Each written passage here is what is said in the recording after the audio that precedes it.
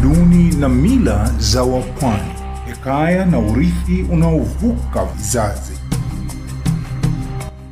Halua ni aina ya chakula kitamu na laini kinachotengenezwa kwa unga, samli na viungo mbalimbali vya upishi. Ni tamu na laini yenye mnato wa kipekee, huku ikiwa na harufu ya kipekee na yenye kuvutia hata kabla ya kuitia kinywani. Kama mimi najua kwamba halua tengenezwa kutokana na mchele, mafuta, zabibu, na kuna vitu vingi vya kuleta harufu na ladha, na wengi wanaipenda kwa sababu ya utamu ambao uko kwenye halua. Uko tofauti kabisa, utasema kama ni asali, si asali, yani uko na utamu wa kipekee. Kitafunio hiki ni sehemu ya urithi wa pwani kwa vizazi vingi tangu miaka ya kale.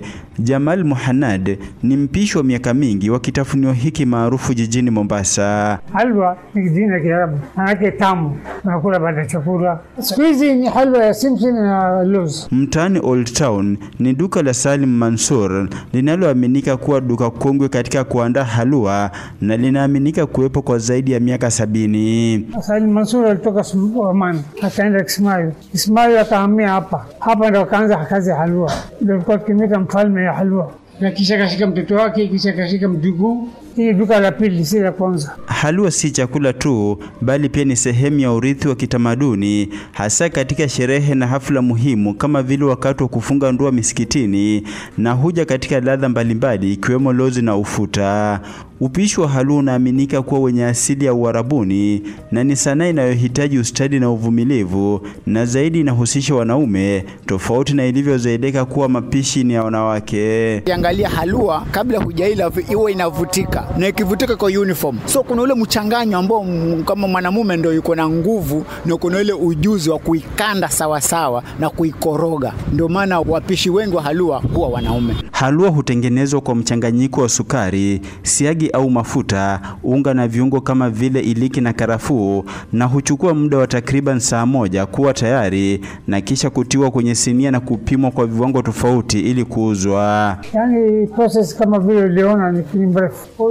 Inasongwa mpaka ishikane vizuri, itoke imeiva vizuri. Mpima kilo nusu, robo basi. Kwa hiyo 600 kwa kilo moja. Nusu kilo 300. Hiyo lozi ni 700. Ni kitafunio kinachopendwa sana na watu, na inaaminika hupendwa zaidi hasa na wazee kuliko vijana, huku kila mwenye kupenda chakula hicho akiwa na sehemu maalum anakonunua.